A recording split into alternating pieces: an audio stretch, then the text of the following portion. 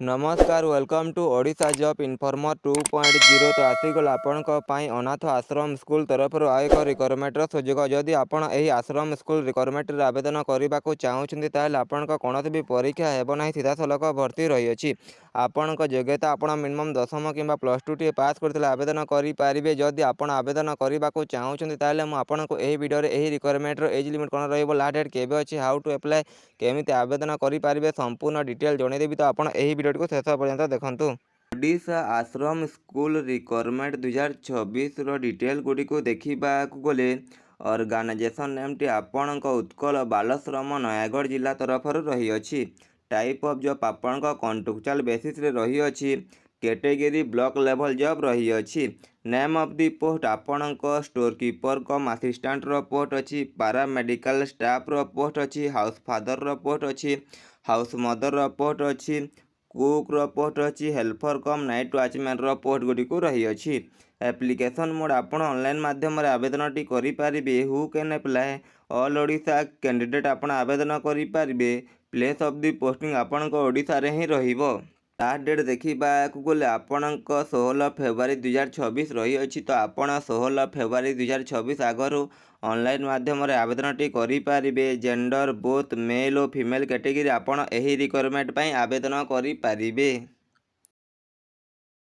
Odisha Ashram school requirement 2026 रो eligibility criteria गुडी को देखा गले आपण एजुकेशनल क्वालिफिकेशन रे स्टोर कीपर को अकाउंटेंट पोस्ट पाई आपण post graduate degree in commerce आपण पोस्ट ग्रेजुएशन डिग्री कॉमर्स रे करिथिबे किंबा एमबीए विथ कंप्यूटर प्रोफिशिएंसी रे करिथिबे डिग्री टे ताल आपण आवेदन करि पारिबे। पीटी इंस्ट्रक्टर कम योगा टीचर पोस्ट पे आपण बैचलर डिग्री और डिप्लोमा इन फिजिकल एजुकेशन आपण bachelor degree diploma physical education रे करिथिबे ताल आपण एही पोस्ट पे आवेदन करि पारिबे। हाउस मदर और हाउस फादर पोस्ट पे ग्रेजुएशन इन एनी डिसिप्लिन आपण ग्रेजुएशन टे पास करथिबे ताल आपण एही पोस्ट पे आवेदन करि पारिबे। कुक पोस्ट पे आपण मिनिमम 8म किंबा 10म टी पास करथिबे ताल आपण आवेदन करि पारिबे। आपण जे कोनोसी रिकग्नाइजेशन बोर्ड रु मिनिमम 10म टी पास करथिले कुक पोस्ट पे आवेदन करि पारिबे। हेल्पर कम नाइट वॉचमैन पोस्ट पे मध्ये आपण मिनिमम 8म किंबा 10म टी जे कोनोसी रिकग्नाइजेशन बोर्ड रु पास करथिले आपण आवेदन करि पारिबे। एज लिमिट देखा गले as per requirement notification candidate age limit is आपण मिनिमम एज टी यही रिक्वायरमेंट 21 वर्ष रही अछि और मैक्सिमम एज 45 वर्ष रही अछि।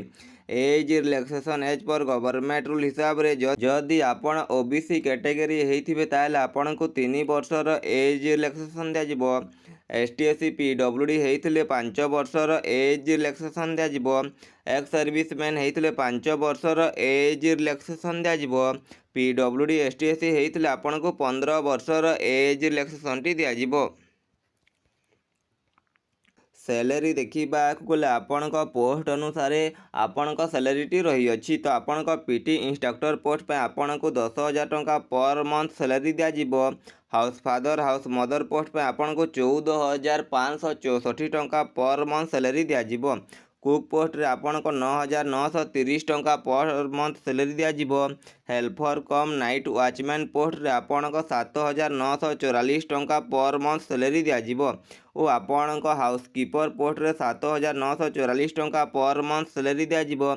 और स्टोर कीपर पोस्ट पे आपण को 18,536 टंका पर मंथ सैलरी दिया जिवो। एही सैलरी गुडी को आपण को बेसिक पे रही अछि। तो आपण को एचआरए डीए और अदर होम रेंट अलाउंसेस मध्ये दिया जिवो। सिलेक्शन प्रोसेस गुडी को देखा गले candidate selected by the process of आपण कौन भी एग्जाम हेबो नाही। आपण मार्क बेसिस रे शॉर्टलिस्ट हम आपण से शॉर्टलिस्ट होते आपन डॉक्यूमेंट वेरिफिकेशन टी हम डॉक्यूमेंट वेरिफिकेशन टी को क्वालिफाई कर सारा पर आपण फाइनल सिलेक्शन टी पाई परिबे।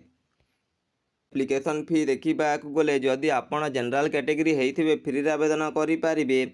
ईडब्ल्यूएस कैटेगरी हेइथिले फ्री आवेदन करि पारिबे। ओबीसी कैटेगरी हेइथिले फ्री आवेदन करि पारिबे। पीएचडी कैटेगरी हेइथिले फ्री आवेदन करि पारिबे। और एसटीएससी कैटेगरी हेइथिले फ्री आवेदन टी करि पारिबे। आपण जे कोनोसी कैटेगरी रो हेइथिले आपणक ठारो एप्लिकेशन फी लागिबो नाही। आपण एही रिक्वायरमेंट टी को मागणा रे आवेदन टी करि पारिबे। Odisha Ashram school requirement 2026 important document गुड़िक देखा गले आपण क्वालिफिकेशन सर्टिफिकेट लगे आपण जो पोस्ट पर आवेदन करुवे से ही पोस्ट अनुसार आपण क्वालिफिकेशन सर्टिफिकेट गुड़िक देवे। Certificate indicating the date of birth आपण 10th सर्टिफिकेट लगे आपण ताहा देवे। ताहा दे सारा परे 2 recent colour passport size photograph लगे आपण ताहा देवे। ताहा दे सारा परे आपण कैटेगरी वाइज कास्ट सर्टिफिकेट लगे आपण ताहा देवे। ताहा दे सारा परे इफ एनी एक्सपीरियंस सर्टिफिकेट आपण कौन से एक्सपीरियंस अच्छी ताल से सर्टिफिकेट दे पारे।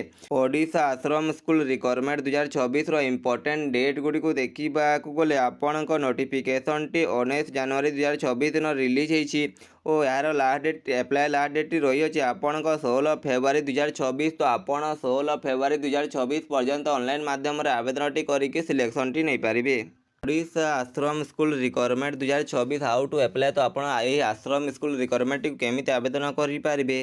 तो प्रथम आश्रम स्कूल ऑफिशियल वेबसाइट को विजिट करके ऑफिशियल नोटिफिकेशन पीडीएफ को डाउनलोड करने। डाउनलोड कर सारापर आपड़ से नोटिफिकेशन को भल भाव पढ़े। पढ़ी सारापर आपण जो जो डिटेल गुड़ी मागी आप एंटर करेंगे। एंटर कर सारापर आपड़ से निजर डॉक्यूमेंट गुड़ी स्कान करके अपलोड करेंगे। आपण क्वालिफिकेशन आधार कार्ड आईडी प्रूफ जिते अच्छी सब स्कान करके अपलोड करेंगे। अपलोड कर सारापर आप निजर फोटो सिग्नेचर को मध्य स्कान करके अपलोड करेंगे। अपलोड कर सारापर आपन को गोटे डिक्लेरेशन फॉर्म टी दि जाए आपन ताको भल भाव में पढ़ी एग्री करेंगे। एग्री कर सारापर जदि आपण कैटेगरी वाइज एप्लिकेशन फी लगुव ताल आपन ऑनलाइन माध्यम पे करेंगे। पे करने आपन credit card debit card UPI net banking माध्यम पे टी करेंगे। कर सारापर आपण जो एप्लिकेशन फॉर्म टी थी भल भाव में पढ़ी सबमिट करने। सबमिट कर सारापर आपण एग्जाम डेट कि इंटरव्यू डेट आसिले आप एग्जाम टी देकी सिलेक्शन टी नहीं पारे।